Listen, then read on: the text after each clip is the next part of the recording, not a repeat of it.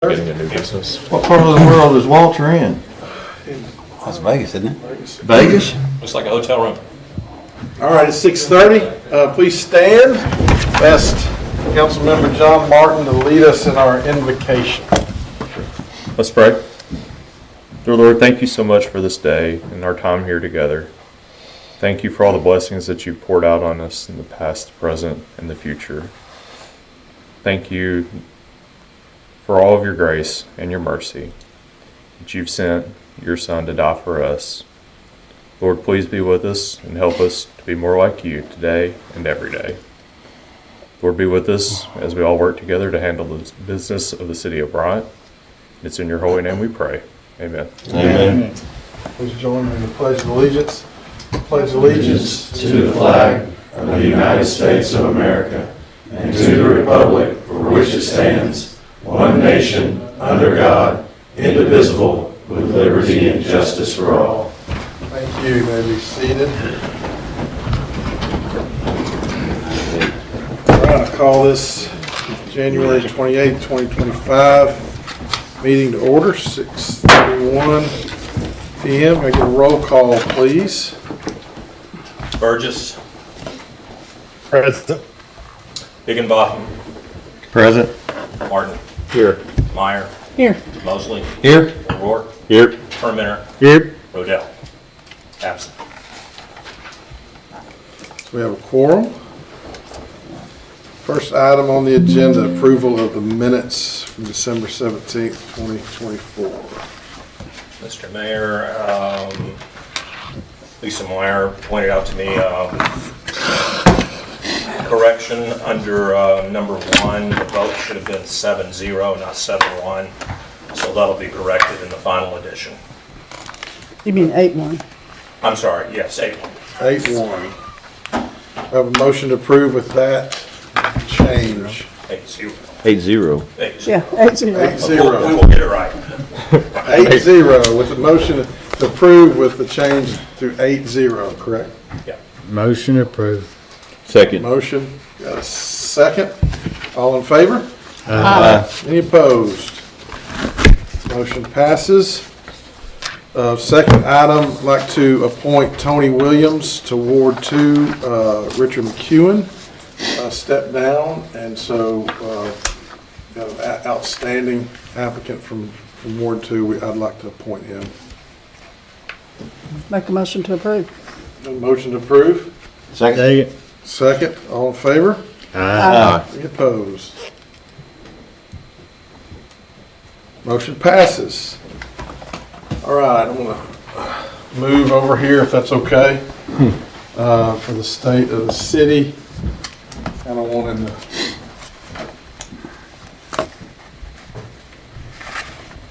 be a little more conversational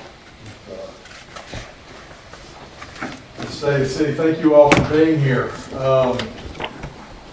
Growth and change continue to be a challenge to Bryant. We want to make sure Bryant remains a place where people want to settle, make friends, raise family, and enjoy their lives. These words are from Mayor Larry Mitchell's 2006 State of the City address. I mean, think about it, almost 20 years later, the growth in our community hasn't slowed down. It doesn't look like it's going to be slowing down anytime soon. And we all see the pressures put on our infrastructure, our city staff, and our resources. What a great time to be in Bryant. We have an amazing team of department heads and city employees. We have a great opportunity that the right decisions that we make in the next 2 years are going to set us up for the next 10. And as many of you know, after I was elected, one of the first things I did was go on a listening tour with my mentor, Scott Staples, and Scott and I met with city staff, we met with community leaders, we met with council members, anybody that would take the time to meet with us. And we came away with a long list from that listening tour of priorities.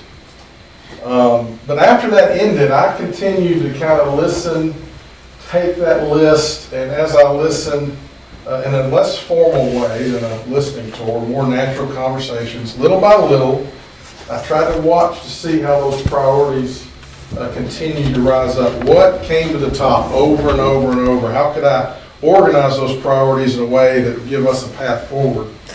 Tonight I want to kind of lay out that plan. A plan that prioritizes what I've heard from you in a way that's going to meet those opportunities. That plan has 4 pillars: vision, leadership, economic development, and problem solving. So first, vision. Where are we going? Again, Bryant's growth, it shows no signs of slowing. It's our responsibility to manage this growth proactively. And to that end, I'm proposing 3 forward-thinking initiatives. First is a cash reserve policy. Our current and former council members, former mayors, our city staff, deserve a lot of credit for keeping our city in a strong position financially. We've been able to grow our cash reserves to over 18 million. And I believe the next step is to give those cash reserves a purpose. This policy would divide the cash reserves into 5 buckets: emergency fund, contingency fund, capital depreciation, help me with, I don't know why, depreciation fund, grants, and debt. And for the next year, we're just going to track those reserves based on those buckets. You'll see it in your monthly financial report. But the bucket I'm most interested in and hope to give you more information on is the capital depreciation bucket. We're working on identifying everything in the city that we know will need to be repaired or replaced. In other words, we want to earmark funds to make sure we can take care of what we have. But the options we'll have with this policy don't just end with taking care of what we have. It also allows us to start planning for expansion. With the proper planning between our cash reserves and borrowing power, we can begin to plan for major improvements to serve our residents better. Improvements like a new city hall, animal control facility, public works facility, fire stations, major parks improvements that we identified in our master plan. Now, this isn't going to happen overnight, but we can begin to set a plan in motion to see all of these things accomplished over the next 10 to 20 years because our city's in such strong financial position. Second, a part of our vision is a comprehensive growth and land use plan. It's time to update our plan, you all know that, to guide strategic annexation and high-density development where needed. As my friend Richard McEwen says, let's make sure growth happens not just to Bryant, but for Bryant. We want to take another look at the heart of Bryant Overlay District. We will plan to work closely with the county on making sure our ETJ meets the vision of our residents. We want a multi-year plan for annexation that brings areas into our city that are already receiving city services. We'll identify where future high-density residential will go and provide direction for commercial growth that fits your vision for your city. And then the third part of our vision pillar is water and wastewater infrastructure. Nobody's surprised about that. And with the water master plan approved, the wastewater master plan nearing completion, you're going to get tired of me saying these things. Act 605, state law that ensures rates meet infrastructure demands. South Plain Water Tower, improving service to Bryant South Side, and Lift Station 5 upgrades, enhancing capacity for further growth. We know that water and wastewater costs will increase, not going down, but we are committed to transparent communication with our residents about the necessity and the benefits of these projects. We want our residents to see the investment. That's what we're going to try to say over and over. This is an investment to secure our water future, which is crucial for the next generation of Bryantonians. All right, second pillar, leadership through transparency and trust. We want to earn your trust, and we know trust is built through transparency. We're committed to open communication, and here's how we're going to keep residents informed. We're going to continue the mayor's memorandum. If you haven't checked that out, it's monthly updates from me and all our department heads, major project inventory with minutes from every committee and commission. It's basically a monthly snapshot, if you'll take some time to read it, to the inner workings of Bryant. We're going to continue our council wrap-up videos. Give us 3 minutes, and you'll be up to date on all the big decisions we've made at council, with a link to the full council meeting for all the city council nerds that are out there. We got education videos planned. Each department is set out. We've got a year-long plan. Each department has plans for educational videos to communicate with our residents in creative ways, to teach them how our city works and all the great work we're doing as a city. And finally, we're going to continue to work hard on surveys. We had a good year with our budget survey and our water survey. We want to build on that. We want your input. And so quick, creative ways for you to tell us what your priorities are will continue. We want you to know what's going on in your city, and we want you to be in the loop. I would love for every resident to know what decisions are being made and why they're being made. Communication, I've learned. Celebrated 31 years of marriage last month. Communication takes intentional determination. And we're determined to keep you engaged with what's going on in your city. Thirdly, economic development. Third pillar, economic development. We're continuing to build this tax base, this economic growth in the future. Our tax revenues have continued to grow consistently over the last decade, and we aim to sustain that momentum through strategic partnerships and initiatives. The Saline County Economic Development Commission, helping us stay on the state's radar for what's coming into the state. And it's my hope that in 2025, voters will have the opportunity to reallocate this 1 cent tax to build the Bryant Arts and Music venue, the BAM. It's an interesting thing has happened the last month since we learned that the Walton Arts Center would not be operating the venue. Several world-class, for-profit operators have come forward anxious to be part of what we're doing. Over the last month, Shane Knight, Chamber CEO and President, and I have been meeting with these potential operators. And we're working closely with the Chamber, our business leaders, to vet these operators, and we're getting good feedback.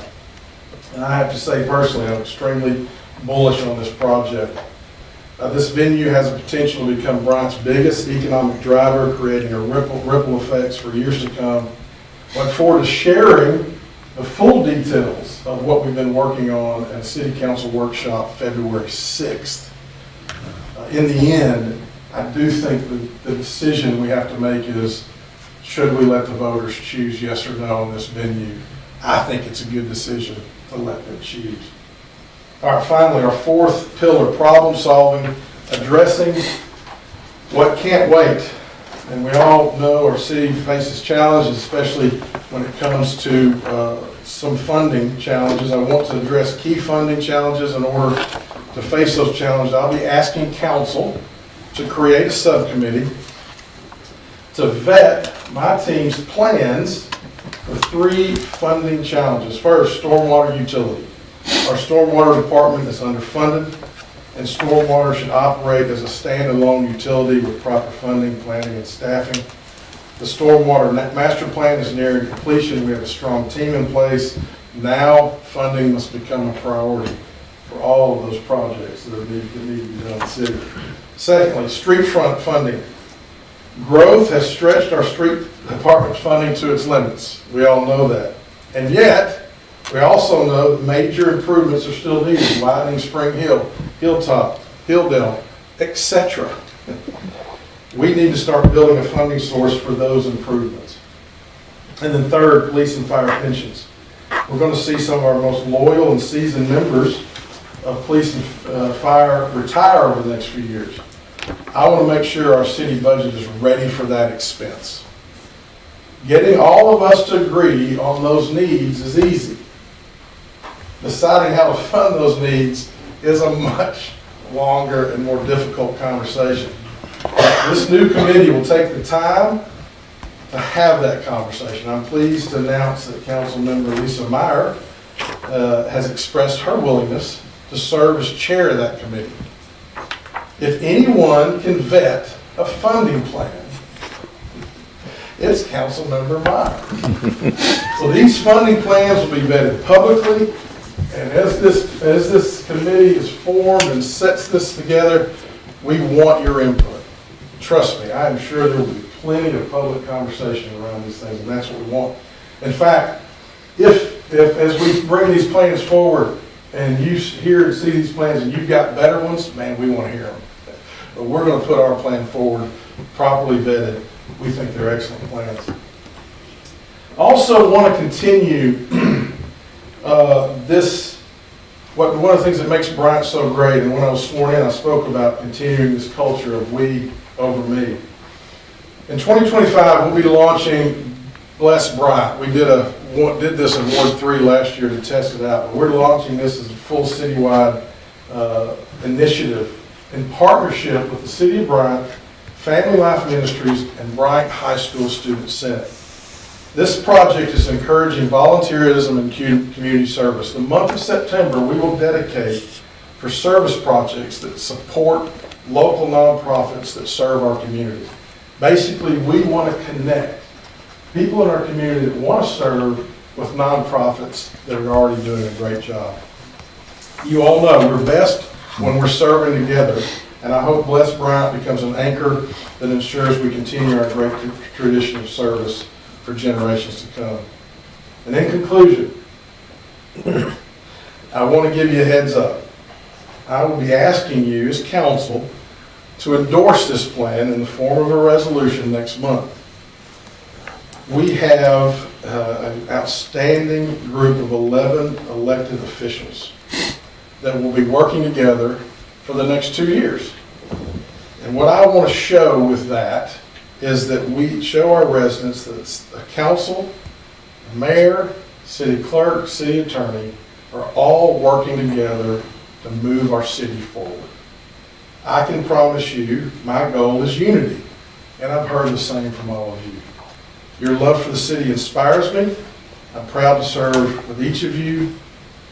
We are Bryant. Thank you.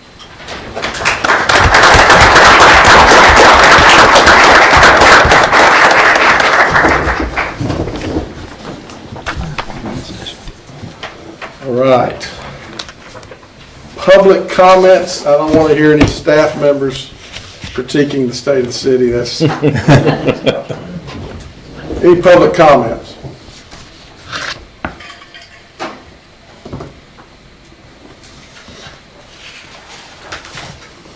Okay. Do we want to move? Yeah, make a motion, move item number 10 to position 4, please. Second. A motion and a second to move 10 to 4. All in favor? Aye. Any opposed? Okay, I kind of brought this to you last month, just for you to look over and see if you had any comments. I did have one comment regarding the meeting date in August due to the softball. I changed that. The softball is the last week of August, and it does, some activities could conflict with council. I changed that to August 19th. Changed the March date because of spring break, and then November and December due to holidays. Everything else has stayed the same, last Tuesday of each month at 6:30. Are there any questions over this? Not all. Motion to adopt. Second. Second. Butch and Jordan, is that? Okay. All in favor? Aye. Yeah. I think Jordan is working on putting together a calendar invite for all the meeting dates so that everybody's on the same page with the new dates. Thank you. Thank you. Ashley. All right, now to item number 4, or I guess 5. 10 went to 4, so there's no longer a 10, right? Yes. There is a new 10. Finance report. Well, as some of you know from years past, I'll bring this back to you at least 2 other times. I'll bring it back when we have to put it in the paper at the March meeting to be in there by April 1st. And I'll bring it back again with the completed audit, hopefully. Every year I strive for that to be June 30th. So this is our first pass at closing out the year. So this is the December 2024 report. Not really any surprises. Street went up to 76 days in cash. We made our first grant match payment on the Bryant Parkway Trail. We opened 2 new bank accounts in December, but y'all knew about both of those, one for the Amendment 78 and one for the 2024 B sewer debt for Leah Circle. We got in the first draw on that one for $51,000.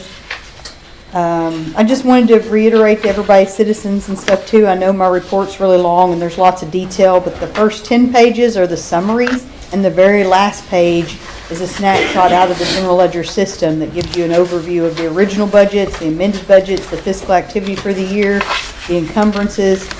And so, does anybody have any questions on the December report or comments?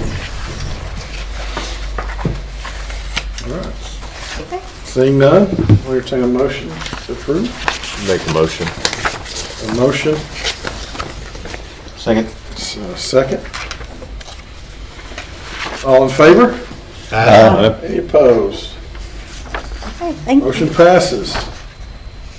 All right, so the second one is a resolution for changing the 2024 budget. I do this every year, and like I said, this will probably be my first list and probably hopefully the longest. The rest of them should just be cleaned up later. But did anybody have any questions on those 2024 adjustments? Is that this long list? Yes, and let me get to it. I was trying to think. I think we had several property insurances, I think, that were on there. What were the encumbrances issues?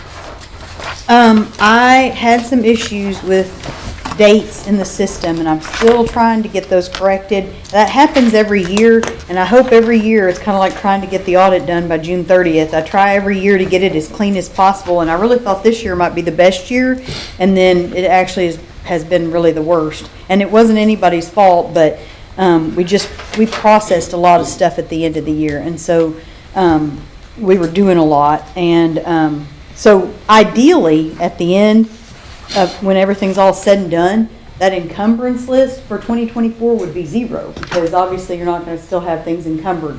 But the way that the systems, when you go to void a PO, you're not going to take it into the next year. If you put the wrong date in it, it just stays on that report. So I'm working with the software. Our old software was like that. I'd hope that Tyler would be easier to work with, but so far, no. And I mean, I know why. It's because, they don't really want you. Once you've done something, they don't want you to be able to undo it. So, I mean, it makes sense, but it just makes the report look messy, and I don't like it. So if I can fix it, I will, and I'll bring that back to you. If I can't, I'll just note it as I've done in years past. This is this PO, and this was why. So, good question. And of course, the other ones are transfers. A lot of them, the big amounts are transfers.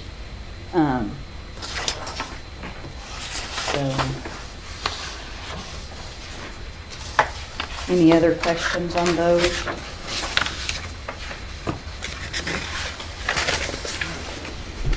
I have a motion to approve.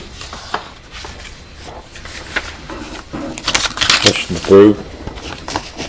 Motion Second. and a second. All in favor? Aye. Any opposed? Motion passes.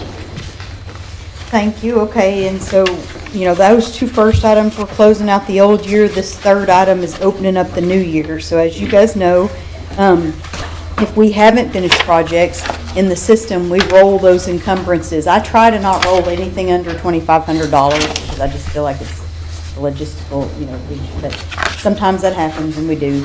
But this is your list of encumbrances. You should be really pretty familiar with the big ones because they're all things that have been brought to you guys on various different occasions.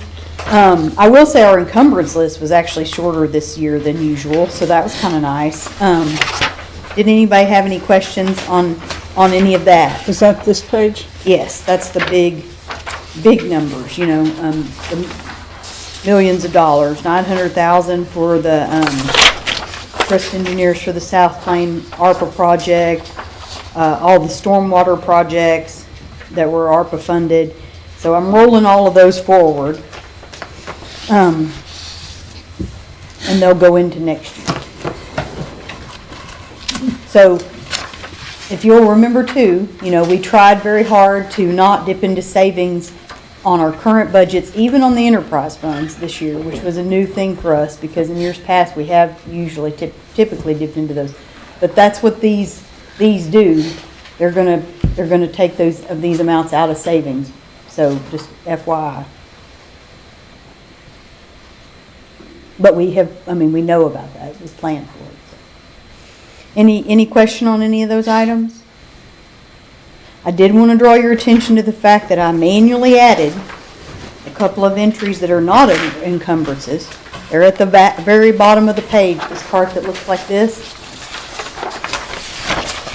And those are ones that I brought to you last month to tell you to expect, except for the Highway 5, which I didn't know to expect.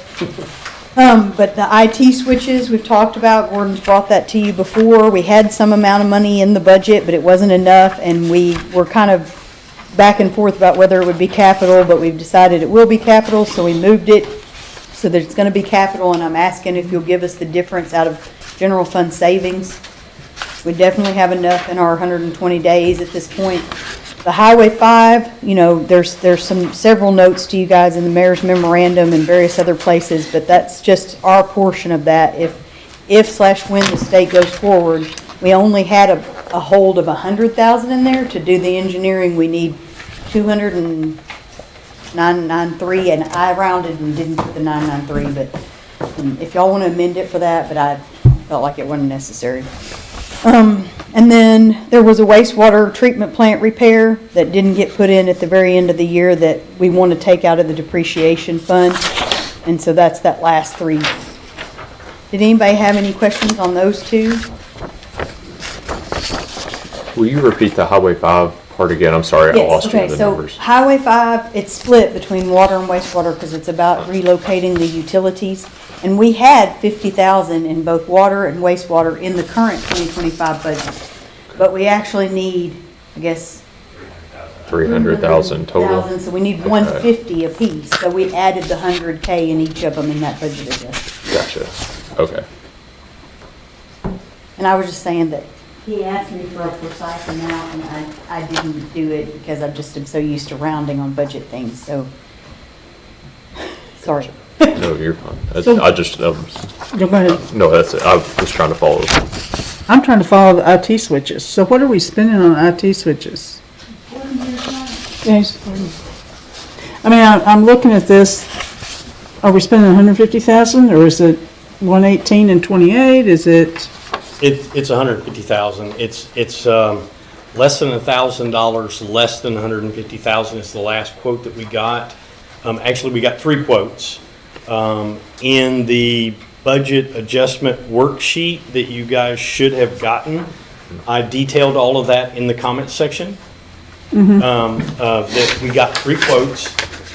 We went with the lowest quote, which was actually a vendor that we have worked with before and that we like. So that was a double good thing. Those quotes have expired. We're going to have to re-quote that. There is a possibility that that may adjust a little bit, but if council will pass us taking $60,000 out of savings, because we had already placed $90,000 aside for this, if council will approve taking the extra 60 out of savings to go with that, then if it's a few thousand off, I can adjust my other hardware numbers or whatever to cover any differences there, as long as it's only a few thousand. But the adjustment shows to be 150,000. In total, it will be 150, and I took what was in the current 2025 budget and moved it out of a non-capital line, because that's where we added a non-cap. But we've talked, and we really feel like it needs to be capitalized. So we moved what we had, which I believe was 90,000. Right, there was $90,000. $90,000 that was set aside in my hardware line, that $90,000 got moved into a capital asset line, and then we're asking to take $60,000 out of savings to put with that in the capital asset line to come up with the $150 to cover replacing the entire network switch system. And how many are there? About, There's a lot. Somewhere in the neighborhood of around 20. It depends on how, I'm not actually designing it because that's part of the bid, is somebody who is more knowledgeable about how switches are programmed, the switches that are available now. It's a number of ports that are required, a number of connections that are required at each facility.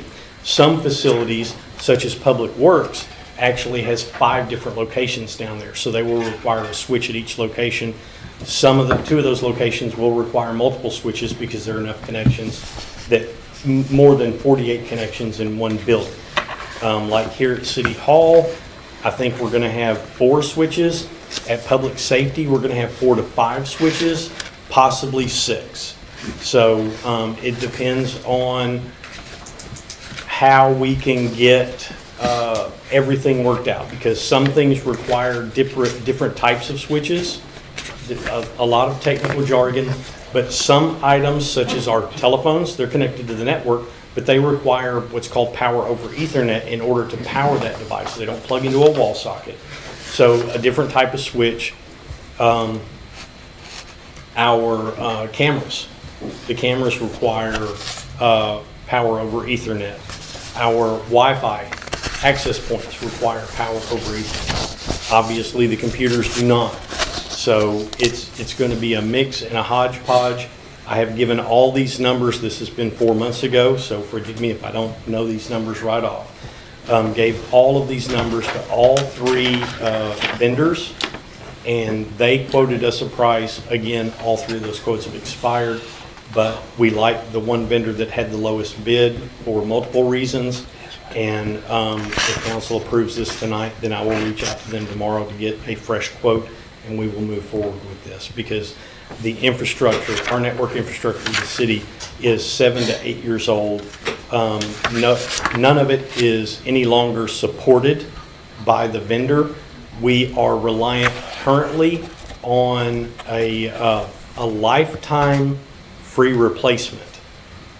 So it may take them, that's assuming that they can get refurbished equipment because it's that old. It may take them weeks to replace a piece of equipment under the lifetime warranty. We need to get this equipment refreshed so that when we have an outage, we can get a new piece of equipment in here tomorrow to get the city's network back online. okay. Any other questions for council? The City of Brighton switches.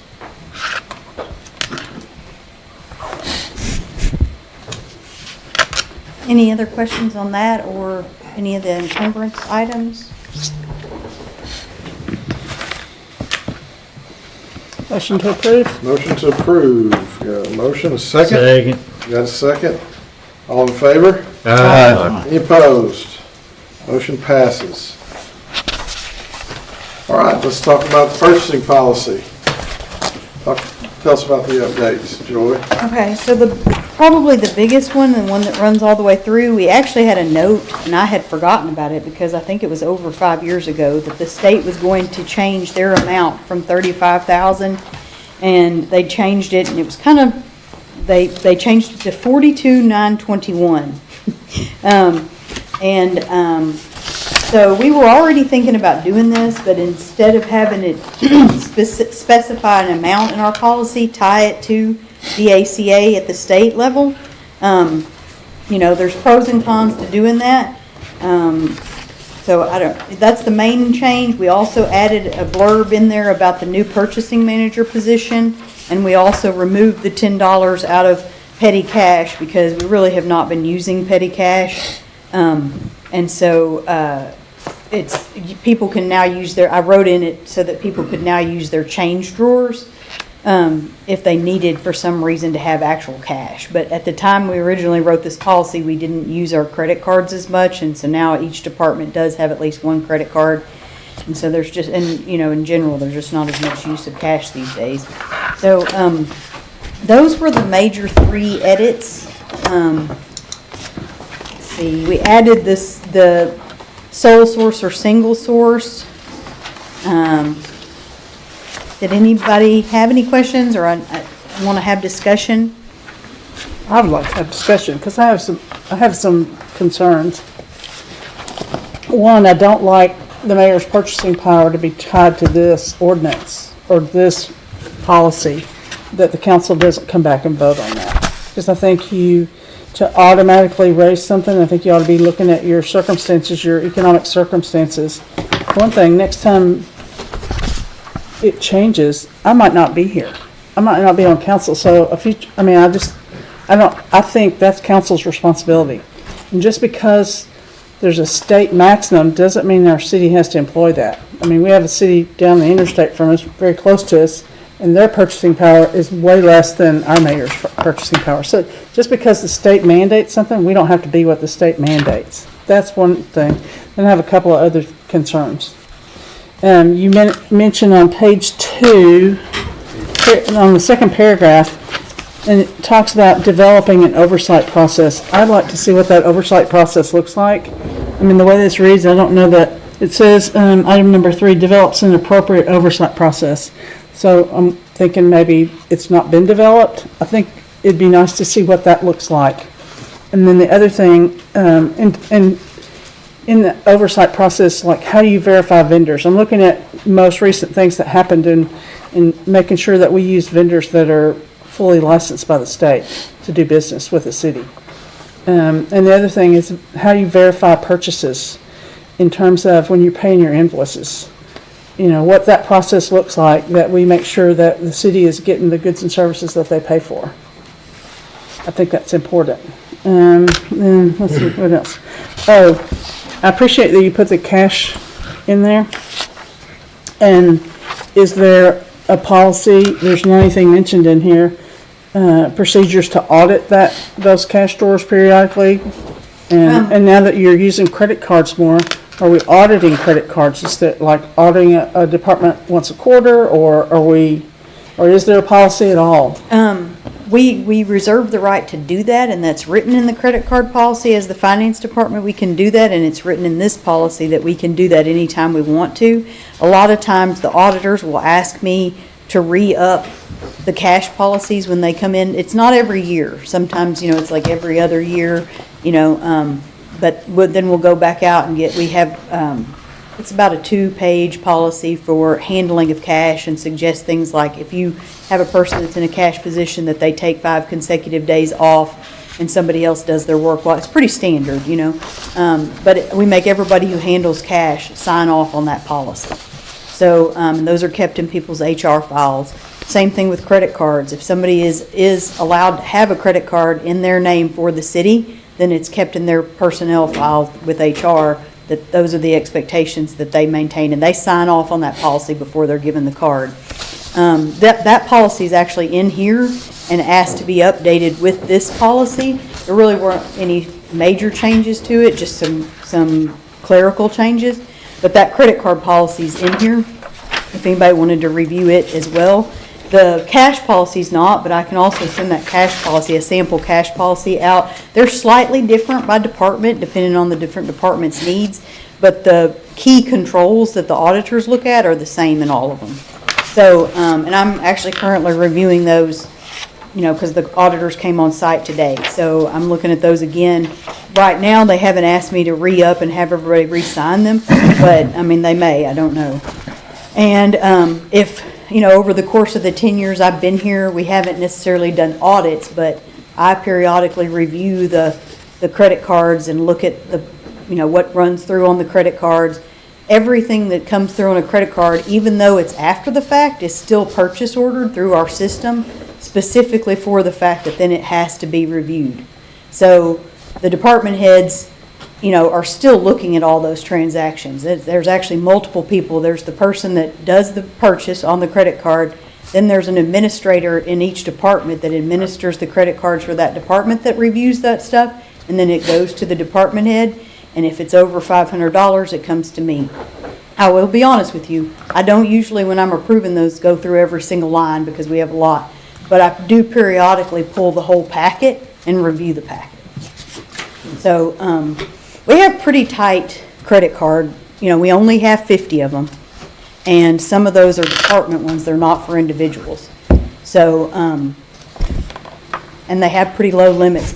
The standard limit that I suggest is $2,500, and that's per credit card, per purchase, and per day on all the limits. And then we have, we meet with the banks and we reset any suggested controls that they have. Like they came through about a year ago and said to set all of ours where you couldn't use them more than 3 or 4 times a day. Because a lot of people that are trying to do fraud try to hit the card, bam, bam, bam. And I think we've actually stopped some things that, you know, that way. Because we were having some like, 65 cents here, 65 cents. And so, and because we reconcile them every single month to the penny, if there is something that comes through on a card or something that's fraudulent, we catch it within 30 days and take it back to Regions and ask, you know, we have, this is fraud, close, shut down the card. Usually, you know, we catch it within 3 or 4 days, you know. So, George, talk a little bit about the oversight process of your credit card specifically, or just in general? No, just, in general. yeah, because she mentions on page 2 that there's an oversight. I mean, in process. general, I would think that would be, a big part of that would be our purchase order process, because our purchase orders, you know, first of all, the first part of the process, you've got to have a W-9. You know, if there's a change made to a vendor, like an address change or something, we request a new W-9, a new signed W-9. At the end of the year, those W-9s are used in the 1099 process for anybody we spent more than $600 with. So there's also that checks and balances. After the W-9 has been issued, we have started with the new purchasing manager position. Nicole's not here tonight. She's actually ill, but she has been checking on any of the large items over $5,000 to make sure those vendors, the department head should be checking, but I do know that some of them weren't aware that they were supposed to be checking on the DISBAR list, but that's in this policy. But now Nicole is also checking. So anything over $5,000. And we do a lot of repeat business with the same vendors. So, you know, most of our vendors we've had some of our vendors for years and years, and they're local. So, but anyway, we do have that process. Then once it gets to the point where it comes to Tabitha's looking, she has the W-9 because she set up the vendor. Then she looks to see, does it have an invoice? Does the invoice match the purchase order? Is the purchase order approved? All of those things have to happen before she will pay it.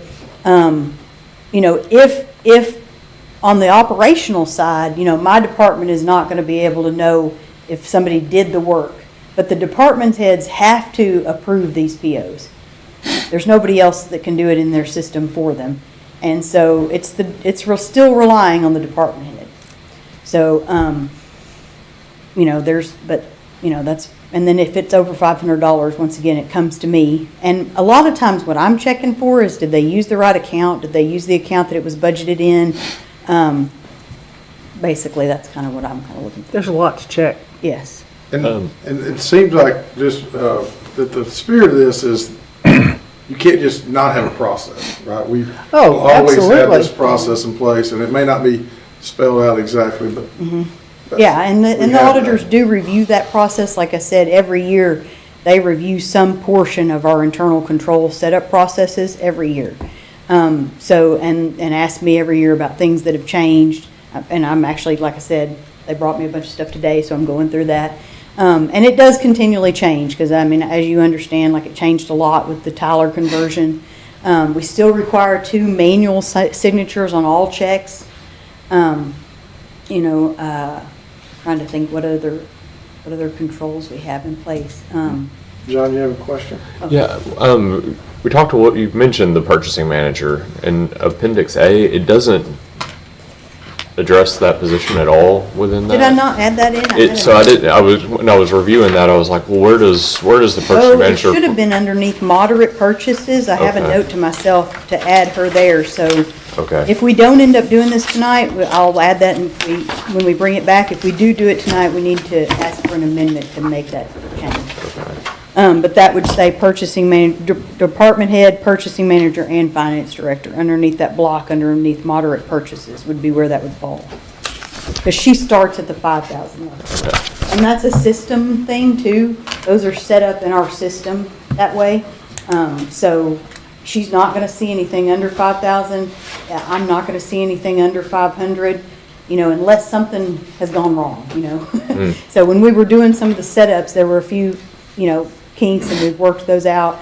But, and I sent you guys also a big, like I said, we have a lot of repeats. I don't know if everybody understood what I sent out yesterday, but in January, I asked all the department heads and their main administrative people to go in, and anything that you're legally bound, contractually bound, and you're going to go ahead and spend that money unless something just goes crazy, to put in a purchase order for that, especially things that we buy month to month to month.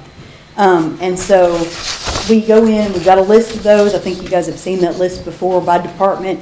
And, so you could see on that report I just sent out, because I ran it through the end of the year for December 2025, how many things we've already got purchased ordered in the system, so that's kind of a control too, because we're looking at those and going ahead and getting all of that business taken care of at the beginning of the year as much as possible.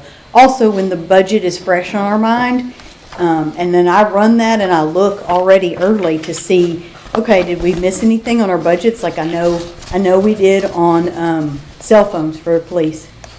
So just off the top of my head, there's a handful of them. Now, we base all that off of the prior year best case scenario. So sometimes I don't bring those adjustments to you guys if I think that there's a chance that we might go through and audit our cell phones and maybe we're not going to keep some and it's going to go down. You know what I mean? So, but I like to get all that stuff in by mid-year, so that we can use it for next year's budget. When we start that process, we always start with this current year budget. So if those numbers aren't good at that time, we're already behind.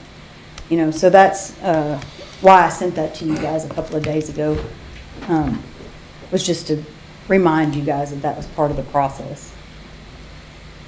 I'd just like to say how excited I am personally just to see the purchasing manager position finally created and working, because that's something we've sought for years, and just to have that set of eyes on there to make sure that we're in full compliance. And plus, as she grows, and there'll be a lot of things that she can help between all the departments at saving money. So. Yes, and if any of you council are not already on the Notify Me, we bid some things out this year that we've never bid out before. We didn't have a tremendous response, so we're going to bid them back out again. If you know people in the community that, I know it's a new thing, so people maybe aren't used to it, but sign yourself up for the Notify Me list, and so that you get those and you could spread the word, because, that's part of it is, we're going to start looking to get some synergy on some of those things where we used to use multiple vendors. We may group them together and try to, award that. So we looked at electrical, we looked at plumbing, y'all got a list in your budget book of the items we were going to look at. So, like I said, if you aren't on Notify Me, go out and get on Notify Me if you don't mind, because y'all getting the word out, I think, would really help, especially with the local vendors, which are the ones, that we really want to make sure that they know, So, lots of good stuff. Yeah, I'm excited. I wish that Nicole could be here tonight, and I know she did too. So, it's going well. It's a slow process. We intentionally are taking it slow, but I think it's going well. Joy, what did you say we would need to amend? If we wanted to adopt this tonight with the other changes on page 8, we would need to add purchasing manager under the block marked moderate purchases on the far right. I'd like to take out tying the spending threshold to the state statute. I think that's something that council does. I think it's a function of the council and shouldn't be written in an ordinance that automatically happens. Does anybody have any Can I debate on ask it? you,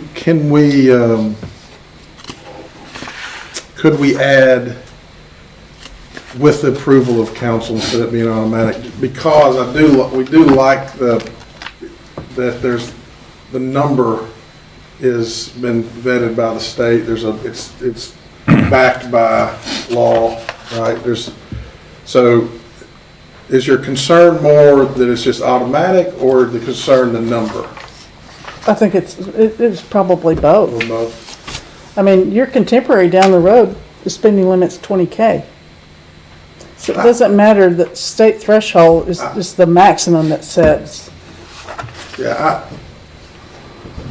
as we've talked about it internally, it makes sense to us that it's backed by a number that obviously has been thought through. It's so particular that there's a reason the state's setting it that way based on the economy and. I mean, Either way, another thing I like is that it continues to come back and look at that number, right? That there's an automatic in place that this would come back, hey, the state changed, let's talk about that. Because just because it's always been done that way or it's done somewhere else doesn't mean that's the best for us. And I agree with you, it's a council decision. So I would just like to leave the state number in there, but if the state number changes, it doesn't automatically change. It goes back. Well, I'm to just council. one person. There are other, I just. Yeah. I tend to agree with Lisa on most of it. Also looking at the annual contracts, I mean, I realize that the mayor's gonna sign them, but, once again, if we're going above that number on contracts, how are we gonna be notified about that? okay. I mean, if it goes over that number, it's supposed to come back to you guys for approval. So, Reoccurring, if it was a reoccurring thing and it was listed in the budget book and on the major vendor list at the back of the document, we do not always bring those back. And we've had a real hard time in my department trying to pin down, what those would look like, what those would be, because there's a tremendous amount of money. When I say, do you want this? You guys say no. So it's hard to figure out because most of our stuff, we've had the same phone contract for the last, 3 or 4 years. We've had the same cell phone contract. We've had the same, obviously we spend a ton of money with Arkansas Municipal League on our health insurance. If I brought every single one of those back to you guys, I mean, it would bog everything down. So, but I have a hard time, like I said, I tried to put as much information as possible in the budget book. But I don't know. I mean, I don't know how to, do you see what I'm saying? I don't have a problem bringing anything and everything to you guys, Right. but it is a hard thing to do. And the goal of that list is to let you know these vendors are going to go over, even though there may not be a specific one PO that goes over the course of the year. We're going to spend more than the threshold with this group. So that's our attempt to make sure, and the department heads go through that every year to make sure we're not missing anybody. And we tried this year to tie, there's 3 or 4 or 5 categories, if something is single source or it's sole source, and making sure we've got our documents to support that and listing that on that major vendor list. This is what that vendor is. It's a single source or it's a sole source and what that means. And, this is under contract or this was bid out. It's bid out annually. That's the other thing, like if we're doing this bid out process, most all of our, and this is very common and has been, common practice for years at other places I've worked, but you'll give yourself the right, if everything's going okay and we bid out for the first year, there's 2 more years that it can go without having to do anything. So, and then it gets bid out at the end of the 3rd year. So, and that's just basically to save administrative time of having to necessarily do it. If everything's rocking along, obviously if there's major price increases or something, either party can get out of it at any time. I think it's like 60 or 90 days notice, and that's most of our contracts. But, if y'all wanted to have a workshop and go over all of this in detail, I've got tons and tons of detail. So we could meet and we can pour over it. I'm open to that. And I'm open to suggestions, because I think, having this purchasing manager position, we're building it out as we go. So we're definitely open to suggestions on how to make it better, how to make it work for Brian, in the best possible way. So, Well, I know we're doing lots of good things, but one thing that, we're spending more than I anticipated we were spending on is D&T Media. And I originally thought we were spending $36,000, but we're spending way more than $36,000. And didn't know it till just recently, so. But like I said, we're seeing lots of good things out of there, Yeah. but I think we need to be aware of what we're spending, and And they're on they're on that vendor list.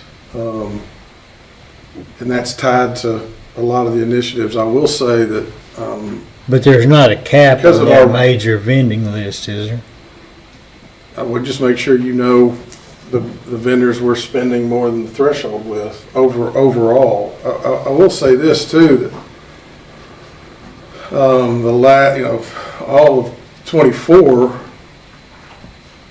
they were just did our website.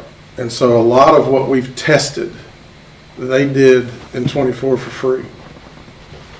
And that was part of the conversations we were having. How do we build a communication platform to let people know, to draw people into what's going on in the city? So,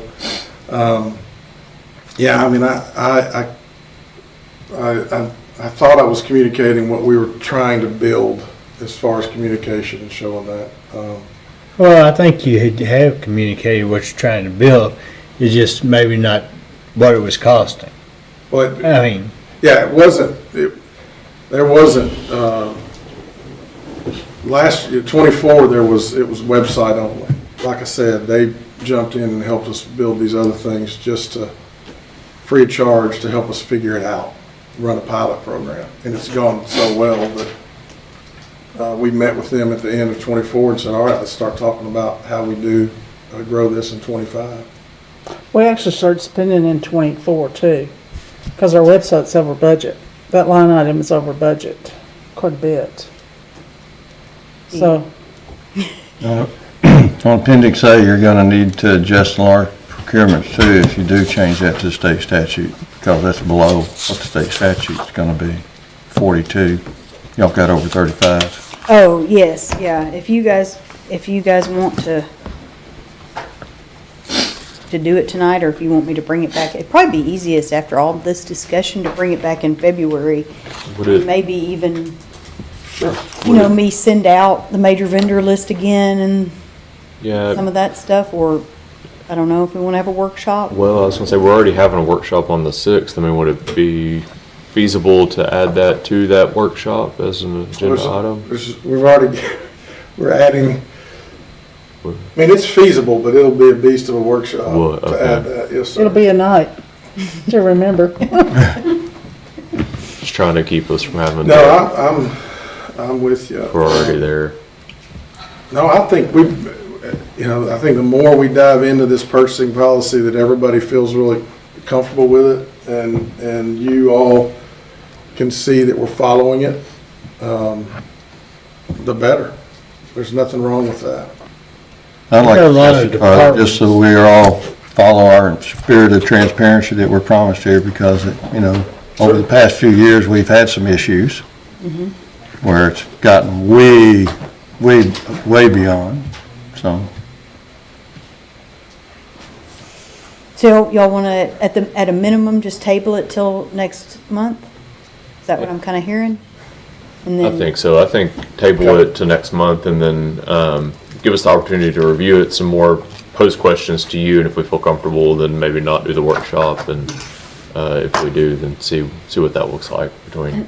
Seems like the biggest maybe issue is the threshold, right? That's the biggest piece. The is cap. 35 jumping to the 42.5 or yeah, 42,921, I think. 42. And that falls under fiduciary. It's a To really me, weird amount. fiduciary is council's Right, role. what's the drawback on I mean, not go into the 42, like leaving it at For 35? my group and for I think all the department heads, there's a lot of stuff that we do that involves the state and involves the federal government. And if we're lined up with them, it just makes things a lot easier. Grants and different things, that's the same reason we set our capital, what we set it at, but it's not we don't have to, so, it's convenient, but we don't have to. All right. So, Well, you're already up I was just thinking of, the mayor was talking about pillars and one of them was transparency. And if we're at the 35, not that it wouldn't be transparent if we jumped it up, but it seems like if there's not major drawbacks to jump up, to leave it at the 35, I think we're being a little bit more transparent by leaving it at that threshold.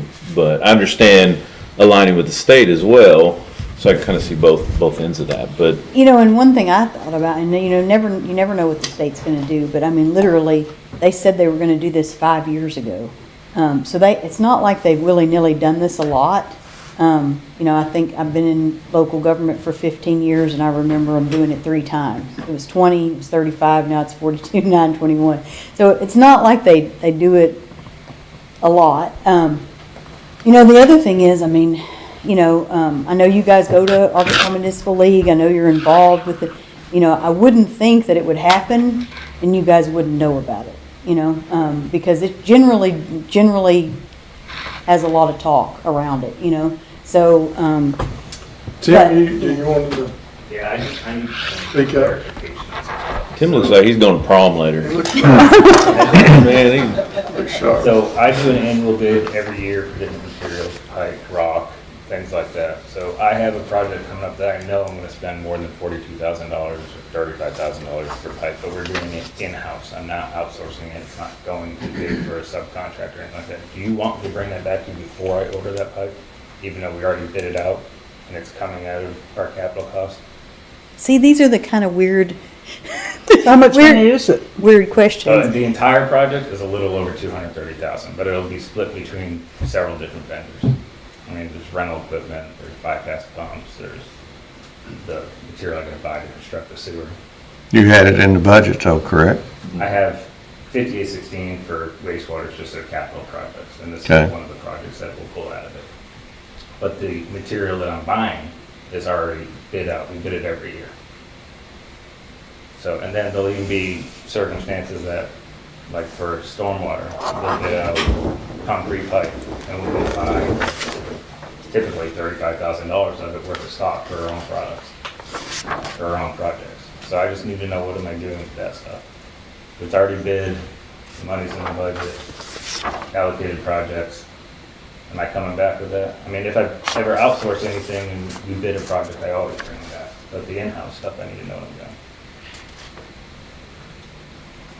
I think it's just let us know what you're spending money on. That's all we're trying to keep up with. Sure. We're not trying to really, We're not trying to slow down your work. No, and I understand. We I just wanna appreciate make your sure work. if I gotta plan out 30 days more ahead or whatever, that I'm there, that's all. But That's- I've done the you- process ahead of time to move forward with these projects. You guys obviously get anything that's been through the system that's been paid for within 30 days because we bring it to you in my report. It's just the level of detail. You're gonna get his 5816, so as soon as we cut the checks for that, it's gonna be on your report the following month. So, everything we do comes to you guys eventually. It's just the level of detail. So on this page 6, the public works projects, and the Arkansas code that you annotated, I looked that up. Isn't that like a 50,000 That number is it's set Yeah. different from the rest of it. because of the nature of his projects? Yeah. Any project we do is probably gonna bill 50 grand, so you're. Oh yeah, you're expensive. You're the most expensive. No, it's just the in-house stuff that I'm worried about, the projects we wanna use with our own staff that I wanna know. I don't mind the in-house stuff myself because I've seen you gentlemen save us, just like Chief at the fire station. You guys save us a ton of money when y'all in-house stuff, over bidding it out. That's just me personally, but I don't have an issue with it. We just want to make sure we're clear on the expectations, so we're meeting those expectations from you as council. That Do we need to There's no separate gray that out to discuss it tonight so that he can continue? If we're gonna table the rest of this, No, I No, don't think because so. we'll still operate Okay. under the, that'll work. Okay. what we already have in place. There won't be any changes. Table. I'll second his motion, to table it till next month then.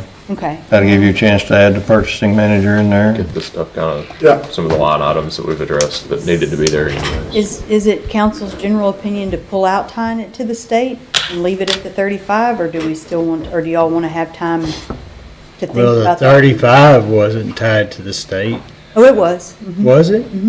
Yeah, But we- 2023. I'd, They changed that. Mm-hmm. I'd like to talk to you about it a little bit, kind of Okay. get your thoughts on what that Yeah, looks like. just reach out to me and, you know, let's have some discussion, because, I mean, we don't have to do this What's in a the- rush, you know, yeah. we've got plenty of time. so. But we did vote on the 35 a couple of years back, didn't Y'all we? did, yeah. Yeah. That's Mayor Yeah. Scott. It's back part to- of the current process. So we have a motion and a second to table this till next month. All in favor? Enjoy, you're going to get us the major vendors list and Yes, I'm in the, you have a copy of it from when you adopted the budget, but we are updating it through when we submit the budget to GFOA for review, and so we have 90 days from when you adopted, so those electrical bids and plumbing bids, anything we can get wrapped up and finalized before the due date to submit, we'll put in there and you'll get a final copy. So that'll be before, 90 days would be before March 18th. Yeah, but between now and next month, as many of you want to sit and talk, we're wide open to have the discussion. Yep. Let us So, know. my next one is, that there is a little bit of a difference. Jack and Butch will probably know. I don't know if the rest of you guys have noticed, but we've never had an emergency clause, but Crystal asked me if I could please do this because the process takes 3 months and, you know, it's never really bothered me, but it does take a long time. So she was like, could we just go ahead and do this? And really, there's no reason not to, other than just, I've always taken the 3 months. So does anybody have any heartburn on doing this with an emergency clause? And then can I get a volunteer? Jay, Okay. make a motion that we suspend the rules and pass with reading first, second, and third ordinance by title only. Thank you. Second. A motion and a second to suspend the rules, read first, second, third reading by title only. All in favor? Any opposed? Motion passes. This is ordinance 2025-1, an ordinance providing for permission to destroy certain city records per city policy, and resolution 2015-05, and for other purposes with an emergency clause. Have a motion to adopt. So move. Second. All right, roll call vote. Higginbotham, Yes. Mosley, Yes. Hermiter, yes, Meyer, Yes. O'Rourke, Yes. Martin, Yes. Odell's absent, Burgess, Yes. All right, motion passes. I have a motion to adopt the emergency clause. Make the motion. A motion. Second. Use short name. All right. Roll call vote. Meyer, Yes. Mosley, Yes. O'Rourke, Yes. Hermiter, yes. Martin, Yes. Henson. Rodell's absent. Sorry, I didn't update that. You got Burgess left. Yeah, Burgess, Yes. Didn't hear me either. Butch. Yes. All right, motion passes. All right, great. Thank you. Thank you, guys.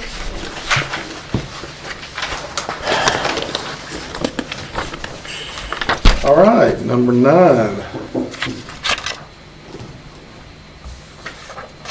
What is resolution of intent? Oh, that actually should be pulled off the agenda. Okay. We will bring that back, we'll bring that to you next month. Yes. Sorry, I didn't realize it was still on when you guys were seeing. So what I have for you is just approval for an agreement to join, and that also the standard operating procedures of the Coalition for Animal Rescue Transporters.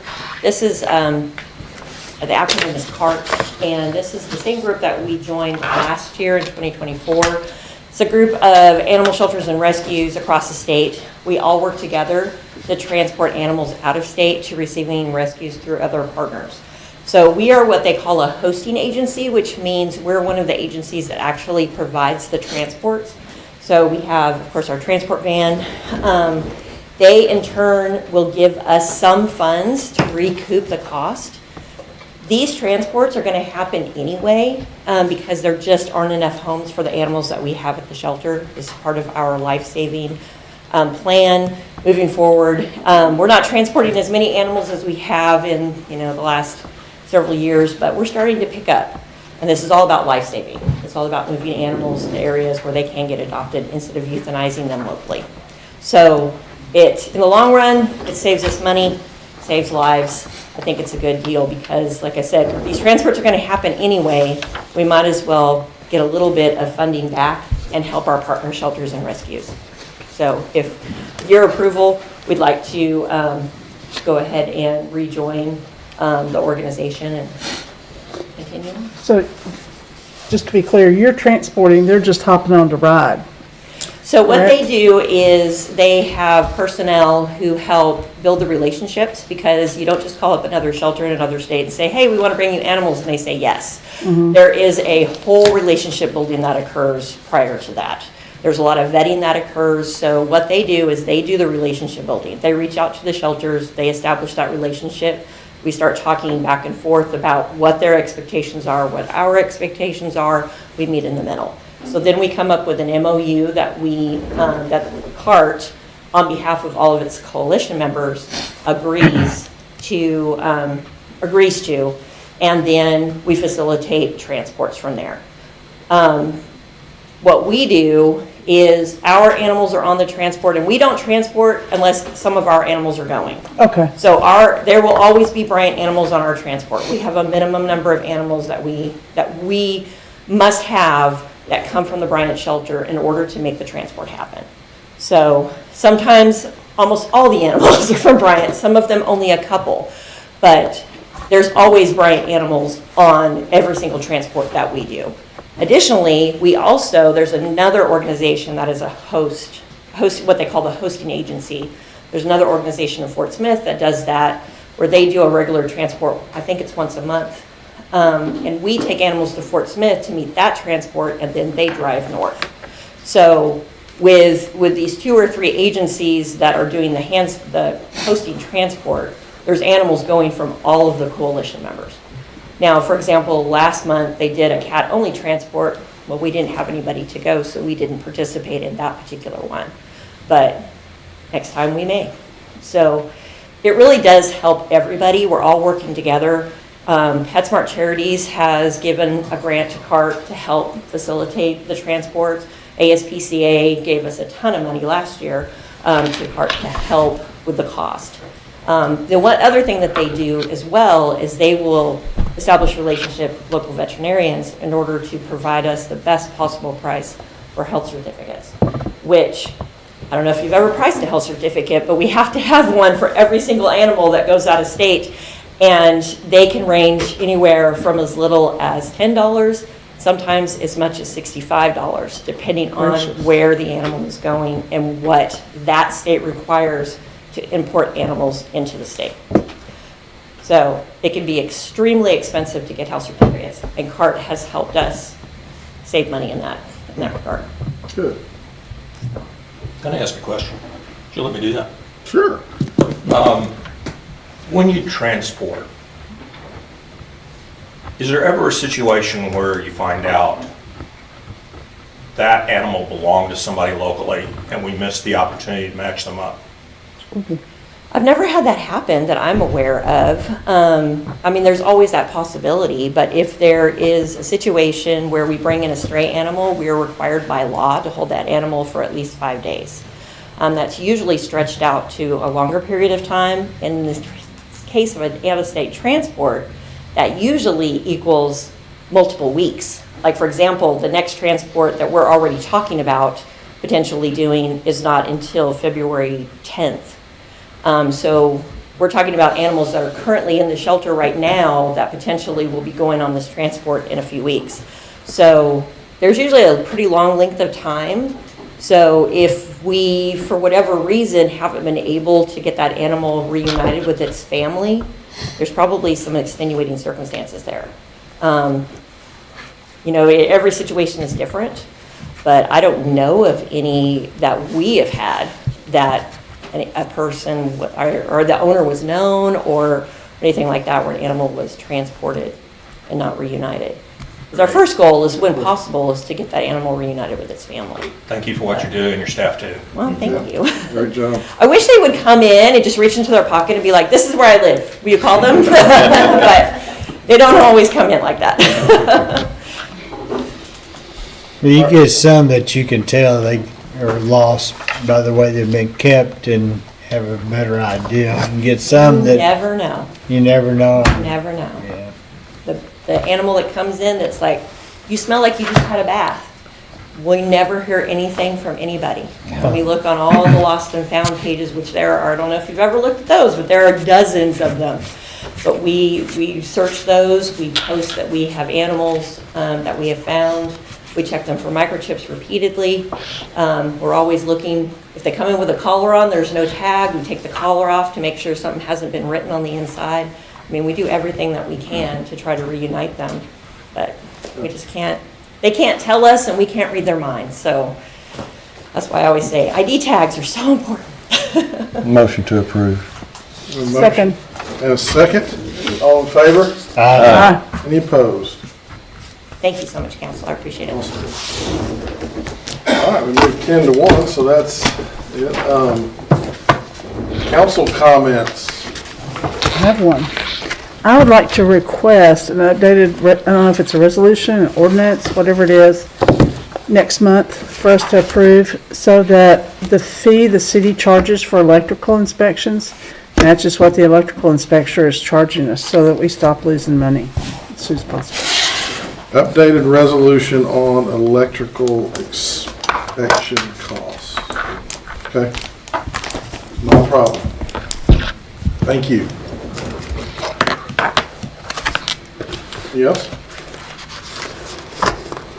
All right, a couple things. Just wanted to let you know, in case you didn't, if you, under We Are Bright section of our website, you can find all the mayor's memorandums there. So we're hoping to kind of build an encyclopedia. If anybody wants to go back and look at those things, anything going on, and because I know sometimes we kind of forget what happened. I do. Also, reminding everybody with the agenda item history sheets, again, that attempt is to make sure that you can go back, you can look into the agenda and see more detail. I wanted to let you know we have interviewed 4 outstanding candidates for the Planning Commission, Ward 2, and we'll have a decision shortly on that. And also, it's my intent to be more consistent with some just one-on-one meetings with council to make sure you guys have time and place to ask any questions. And so just be looking on your calendar and Gracie to reach out. I didn't want you to think there was an issue. I just wanted to be more methodical in spending some time with you guys this year so that if there's anything we need to work on, we'll have time to do that. All right, that's all I have. Any motion to adjourn? Motion to adjourn. All in favor? All right, thanks, everybody.